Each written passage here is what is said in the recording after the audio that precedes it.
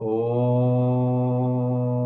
अज्ञानतिमिरन्धस्य ज्ञानाञ्जनशलाकया चक्षुरुन्मीलितं येन तस्मै श्रीगुरुवे नमः।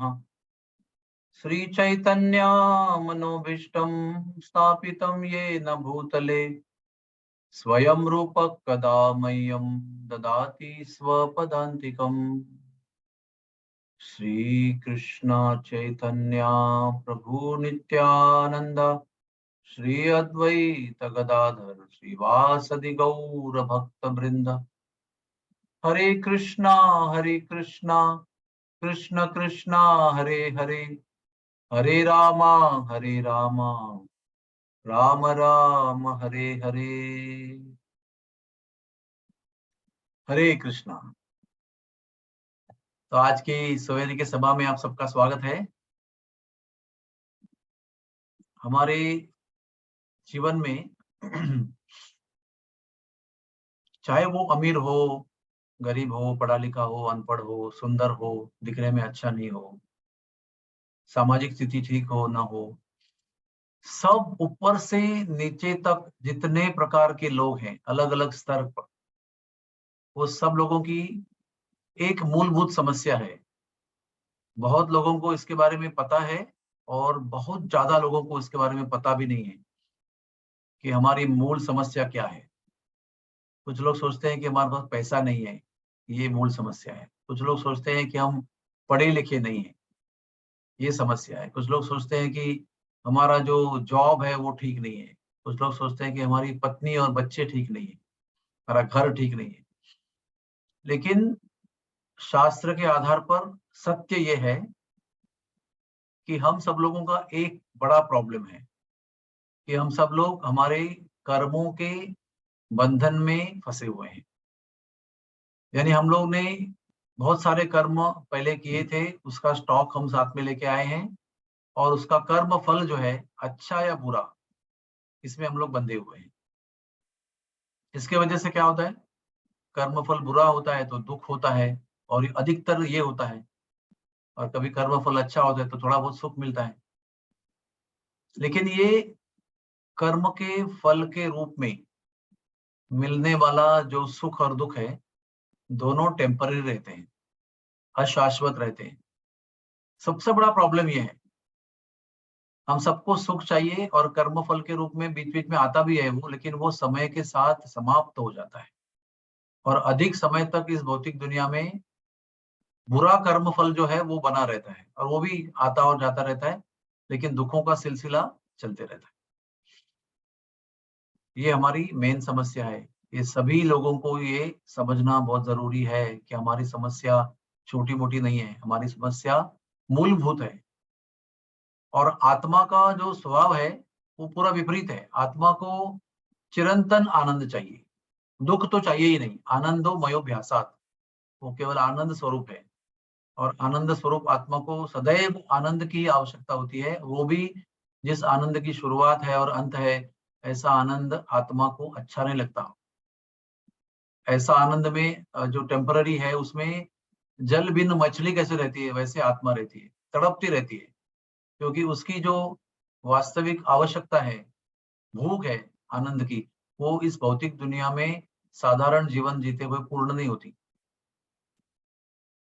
तो फिर ये जो कर्मों का स्टॉक हम लेकर आए हैं, तो कैसे हम जलाकर भस्म करें। तो शास्त्र में बताया है इसका उपाय क्या है। देखो, हमारा शास्त्र भी एक डॉक्टर है। हाँ, हम उसके पास जाते हैं, अपने आप को प्रस्तुत करते हैं, तो शास्त्र हमारी बीमारी का डायग्नोसिस करता है, रोग निदान करता है, फिर इन्वेस्टिगेट भी करता है कि हमारा जीवन में क्या समस्या है, और उसका उपाय भी बताता है। केवल डायग्नोस करके छोड़ता नहीं है। शास्त्र is not the only diagnostic centre, शास्त्र एक होलसम ट्रीटमेंट सेंटर। सारे ट्रीटमेंट शास्त्र में दिए गए। शास्त्र क्या कहता है, 3 प्रकार के कर्म होते हैं। एक हमारा निहित कर्म, एक पिता के रूप में, माता के रूप में, भाई के रूप में, बहन के रूप में, एक समाज का अंग के रूप में हमारे बहुत सारे कर्तव्य होते हैं। दूसरे होते हैं विकर्म, जो निषिद्ध कर्म होते हैं, हमको नहीं करने चाहिए। शराब पीना, जुआ खेलना, व्यभिचार करना, मांसाहार करना, झूठ बोलना, किसी को हत्या करना, किसी को हिंसा करना, किसी की प्रॉपर्टी छीन लेना, पॉलिटिक्स करके किसी का नाश कर देना, ये सब भी कर्म है। इससे बुरे कर्म फल प्राप्त होते हैं। और तीसरे प्रकार का कर्म का वर्णन जो है वो हमको सबको समझना जरूरी है, वो ये है अकर्म। अकर्म यानी जो केवल भगवान के लिए ही किया जाता है। ऐसा नहीं कि वो कर्म करके उसका फल भगवान को देते हैं, नहीं, वो कर्म ही भगवान के लिए करते हैं। यानी कि कर्म का स्वभाव और कर्म का नेचर भी बदल जाता है। पहले वाले कर्म जो करते थे उसको छोड़ देते हैं हम लोग और भी भगवान के लिए ही कार्य करते हैं। सो जब हम भगवान के लिए कार्य करते हैं तो उसका उद्देश्य केवल भगवान की संतुष्टि होना चाहिए। और जब कोई जीव केवल भगवान की संतुष्टि के लिए कार्य करता है तो उसको कर्मों के फलों का बंधन नहीं लगता, वो कर्मों के फलों के बंधन से अपने आप मुक्त हो जाता है। उसका कर्म फल उसको बांधता नहीं है। और ये हमारी प्रॉब्लम का रियल सॉल्यूशन है। जो कर्म हमें बांधता है और सुख दुख का अनुभव देता है, वो कर्म फल का बंधन ही अकर्म करने से, भगवान की सेवा में कार्य करने से नष्ट हो जाता है। और ये केवल ज्ञान से मुमकिन है। अगर आपको पता ही नहीं है तो आप सॉल्यूशन करेंगे कैसे? अगर आपका रोग का डायग्नोसिस ही नहीं हुआ है तो ट्रीटमेंट कैसे करेंगे? गलत ट्रीटमेंट करेंगे अगर डायग्नोसिस नहीं हुआ है। कुछ भी खाते रहेंगे तो थोड़ी बीमार ठीक हो जाएंगे। इसलिए सबसे पहला कदम है ज्ञान, कि हम क्या कर रहे हैं, कौन से कर्मों का फल बुरा होता है, कौन से कर्मों का फल अच्छा होता है, कौन से कर्मों का फल अच्छा बुरा कुछ भी होता नहीं है, वो कर्म मुक्त हो जाता है, ये समझना जरूरी है। तो हम 4 प्रकार के कर्म करते हैं, 4 उद्देश्य होते हैं हर व्यक्ति का। अकर्म करने के लिए पहले समझना चाहिए कि हम कर्म कैसे और क्यों करते हैं। एक व्यक्ति कर्म करता है भय से, मैं ये ना करूंगा तो डंडा पड़ेगा, मालिक आके डंडा मारेगा और दंड देगा मुझे। तो एक कर्म करते हैं हम भय से, वो सबसे निम्न दर्जे का काम बताया गया है, जो केवल भय से करते हैं। दूसरा कर्म है हम रिवॉर्ड यानी लाभ के लिए करते हैं, ये धन मिलेगा, नौकरी कर रहे हैं पैसा मिलेगा, कुछ ना कुछ प्रमोशन मिलेगा, कोई भेंट मिलेगी, कोई पसंदीदा चीज मिलेगी, इस पर जीवन चलेगा। ये सेकंड लेवल का कर्म है। थर्ड लेवल का कर्म है कर्तव्य। देखो, मुझे कुछ लेना देना नहीं है, लेकिन मैं बहू हूं तो सास ससुर की सेवा करना मेरा कर्तव्य है। जो भी कुछ हो, मेरे पिताजी पसंद नहीं है, अच्छे नहीं है, जो भी है, मैं पुत्र हूं तो मैं उनकी सेवा करूं। कर्तव्य भावना से पसंद वाला या नापसंद वाला काम करना, उसको एक और एक दर्जा है, वो थोड़ा हायर दर्जा है, थोड़ा उच्च दर्जा है। और चौथा दर्जा है कि जो भी कार्य कर रहे हैं उससे पगार मिले नहीं मिले, रिवॉर्ड लाभ प्राप्त हो नहीं हो, भय तो बिल्कुल उसमें है ही नहीं, कर्तव्य से ऊपर उठकर भी वो प्रेम से करता है। जैसे एक माता अपने बच्चे के लिए वो दिन रात टट्टी कर रहा है, उसको बुखार आ रहा है, उसका ऑपरेशन होने वाला है, उसका क्या क्या तकलीफ है, इतने खर्चे हो रहे हैं, इतना सारा कष्टप्रद कार्य होने पर भी माता और पिता प्रेम से उस बच्चे की देखभाल करते हैं। चाहे रात की नींद भी मिट जाए, चाहे दिन भर भी कष्ट हो जाए, चाहे धन संपत्ति समाप्त हो जाए, फिर भी प्रेम ऐसी शक्ति है कि प्रेम के कारण जब वो सेवा करते हैं तो वो बहुत सेवा श्रेष्ठ दर्जे पर पहुंच जाती है। और वो निरपेक्ष होती है, ऐसा नहीं कि बच्चा अभी ठीक होगा तो तुरंत मेरी सेवा करने आरंभ करेगा, ऐसा भी नहीं।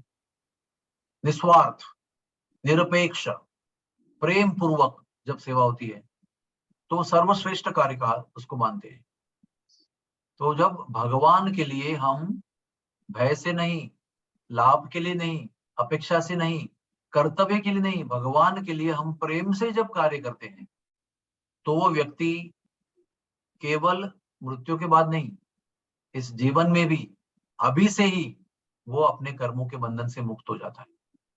ये भगवान के भक्तों के जीवन का रहस्य है। क्यों भगवान के भक्त जो है वो बड़े बड़े कष्टों में होने पर भी उनका चेहरा प्रफुल्लित रहता है, तेज से भरा रहता है? क्यों? क्योंकि ये कर्म बंधन के फल से वो मुक्त हो जाते हैं। सुख से भी मुक्त हो जाते हैं टेम्पररी, और दुख से भी मुक्त हो जाते हैं। और वो सुख दुख के परे जो आनंद की संकल्पना है उस स्तर पे रहते हैं, उस आनंद का अनुभव करते रहते हैं। उस आनंद को कैसा है? आनंदाम बुद्धिवर्धनम प्रतिपदम पूर्णामृता स्वादनम। वो आनंद की वृद्धि ऐसे होती है कि भाई दिन ब दिन बढ़ते जाता है, उस सागर में निरंतर वृद्धि होती रहती है, और उसी आनंद के लिए हम लोग तड़पते रहते हैं। वो हमारे आत्मा का स्वभाव है। तो आइए, हम लोग भक्त जरूर हैं, कई साल से भजन कर रहे हैं, कई साल से जप कर रहे हैं, सेवा कर रहे हैं, लेकिन फिर भी हमारा जो जीवन है वो उसके सारे कार्य हम प्रेम पूर्वक और केवल भगवान के संतुष्टि के लिए नहीं करते। अभी भी कुछ परसेंटेज कार्य हम अपने खुद के लिए करते हैं, स्वार्थ के लिए करते हैं। स्वार्थ उसमें निहित है, उसके लिए झगड़ते भी रहते हैं, उसके लिए कंपटीशन भी करते रहते हैं, उसके लिए संघर्ष भी करते रहते हैं। भक्त होने के बाद भी ये संघर्ष चलते रहता है। तो धीरे धीरे हम प्रगति करते हैं। अभी 50% कार्य भगवान के लिए, 50% मेरे के लिए, फिर 60%, फिर 70%। एक दिन ऐसा आएगा भगवान की कृपा से, भक्तों की दया से, कि हर कार्य जो है वो केवल भगवान के लिए ही करेंगे, प्रेम पूर्वक ही करेंगे, निस्वार्थ भाव से ही करेंगे। आश्लिष्य व पादरताम पिनष्टुमाम। भगवान ने दुख भी दिया, कुचल भी दिया, कष्ट भी दिया, तो भी मत प्राण नाथस्तु स एव ना परहा। मैं तो आपका ही बना रहूंगा, आप चाहे कुचल दो, गले लगा दो, ठुकरा दो, पास बुला दो, जो करना है करो, भगवान मैं तो आपकी सेवा में रहूंगा, आप मेरे नाथ बने ही रहेंगे। अनकंडीशनल सेवा, बिना शर्त, कोई शर्त ही नहीं, सुख की गारंटी भी नहीं है, लाभ की गारंटी भी नहीं है, फिर भी सेवा करते रहेगा। ऐसी सेवा करने पर वो व्यक्ति जब जी रहा है तभी भी जीवन मुक्त है, और जब जीवन काल समाप्त होगा तुरंत भगवत धाम में भगवान की सेवा में रुजू हो जाए। तो आइए पहले समझें कि हमारी बीमारी का निदान क्या है। उसके बाद में जो शास्त्र में बताया गया है, गुरुजनों के द्वारा समझाया गया है, वो उपाय करें। धीरे धीरे अपने कार्य का उद्देश्य हम बदलें। वही कार्य करना है, वही अभी अपने लिए कर रहे हैं, आज बाद में वही कार्य निरपेक्ष भाव से भगवान के लिए करें। ये परिवर्तन चेतना का है, कार्य का नहीं है। कार्य वैसा ही रहेगा, चेतना परिवर्तित हो जाएगी, और चेतना परिवर्तित होते ही कर्म का फल बदल जाएगा, या कर्म का फल नष्ट हो जाएगा, और हम मुक्त हो जाएंगे। हरे कृष्णा कृष्ण कृष्ण हरे हरे, हरे राम राम राम हरे हरे। बहुत बहुत धन्यवाद सबका। कोई किसी का प्रश्न है तो आप पूछ सकते हैं।